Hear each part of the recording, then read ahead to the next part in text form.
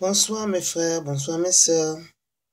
Ce soir, je vais venir finir le message de tribulation.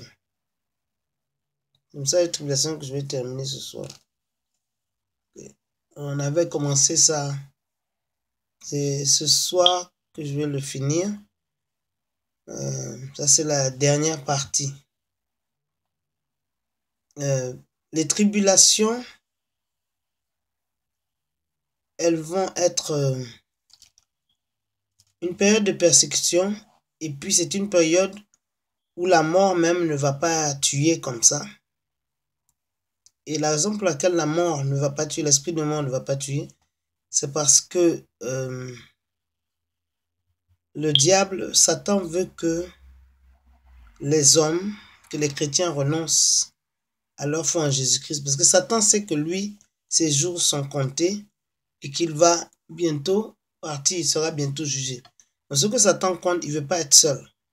Parce qu'il sait qu'il s'en va bientôt, il sera attaché, il sera jeté dans la fournaise, dans la géhenne, en enfer, quoi, où il va être tourmenté pour toujours. Et donc, voilà, qu'est-ce que Satan veut? Il veut partir, il veut prendre le plus d'âmes que possible.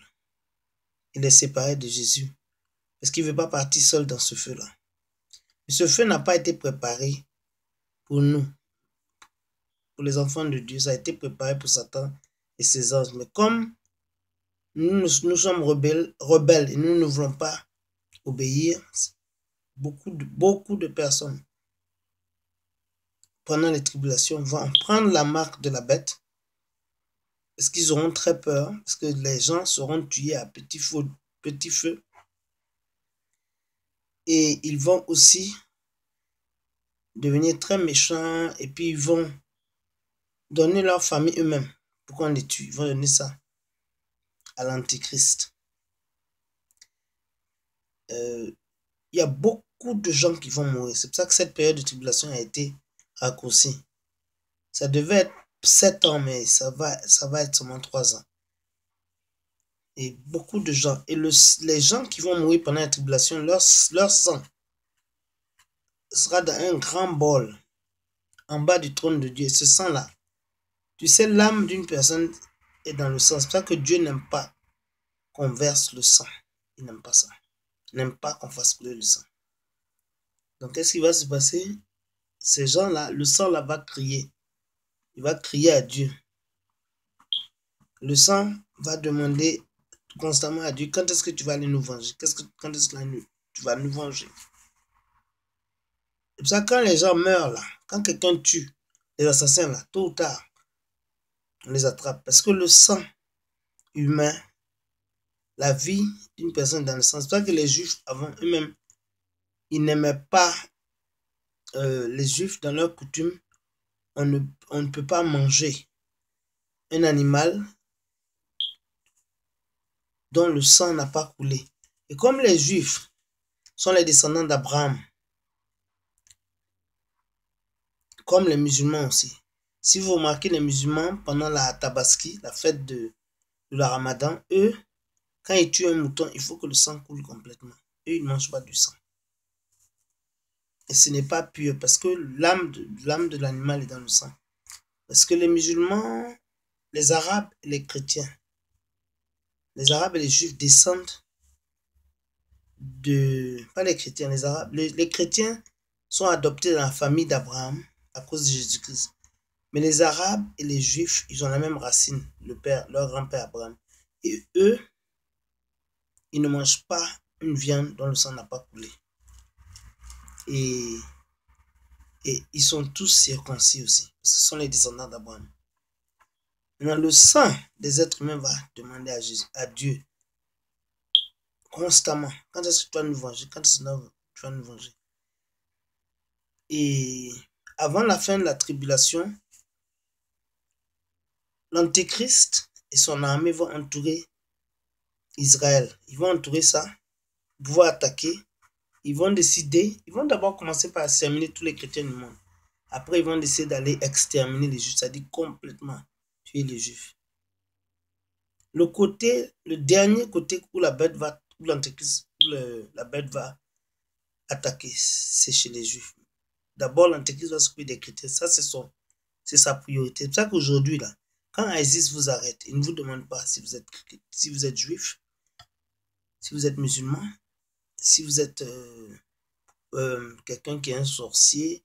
Il ne vous demande pas si vous croyez en Bouddha ou en Krishna, si vous êtes franc-maçon. Il vous demande une seule chose, si vous êtes chrétien. Et puis, on vous tue. Donc, ce sera comme ça. Donc, après qu'ils aient exterminé, que l'Antéchrist ait exterminé, tué la plupart des chrétiens, ce qui va se passer, il va aller maintenant à la Terre Sainte et essayer de détruire tous les Juifs. Et c'est là que Jésus va descendre avec son armée céleste. Ça, c'est la seconde venue de Jésus. Il va descendre. Et c'est ce rêve-là que j'ai vu. Il va descendre pour la bataille d'Armageddon. Si vous voulez aller voir dans les autres séries, je décris ça. Mais il va descendre. Il va se battre pour son peuple.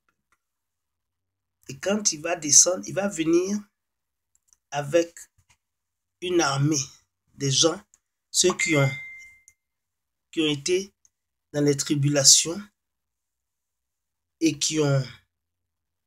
ceux qui sont morts pendant les tribulations. Il y aura au moins 1000 hommes, quelque chose comme ça. Je ne suis pas trop sûr du nombre. Il faut que je regarde ça. Mais il va venir avec des hommes qui sont morts pendant les tribulations et qui ont été torturés parce qu'ils ne voulaient pas prendre la marque. Et il va venir avec eux et ils vont se battre ensemble. Et Jésus va régner. Ce n'est pas 1000 hommes, mais il va venir avec ces hommes-là. Je ne connais pas le nom. Et il va régner pendant 1000 ans, qu'on appelle le millénium. Et son trône sera à Jérusalem. Il va s'asseoir sur le trône du roi David, oui.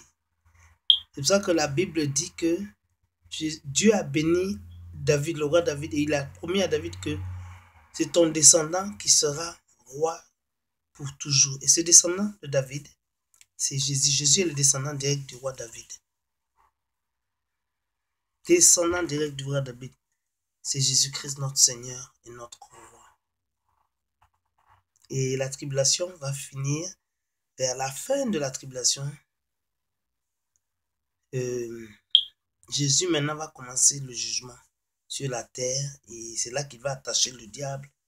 Il va attacher le diable, les anges, les démons, les anges diaboliques. Et puis il va chasser des eaux toutes les créatures, les choses comme Mami Wata, tout ça, les créatures qui étaient dans l'eau ou les gens, les âmes qui sont restées dans l'eau. Parce qu'il y a des hommes qui sont partis dans l'eau, dont l'âme est dans l'eau. Et les âmes qui restent sur la terre, il va tout prendre, il va tout attacher. Il va jeter ça dans le feu éternel. Et à la fin, il va rouler la terre et les cieux comme un tapis. Il va aussi les détruire. Et maintenant, il va amener une nouvelle terre, une nouvelle Jérusalem, une nouvelle terre, des nouveaux cieux. Et sur cette nouvelle terre, ce sera le paradis. C'est là où tous les êtres qui ont été sauvés vont vivre pour toujours sur la terre. Alléluia. Bien aimés, j'espère que vous allez faire partie de ce groupe qui va vivre sur la terre. Alors je vais clôturer cette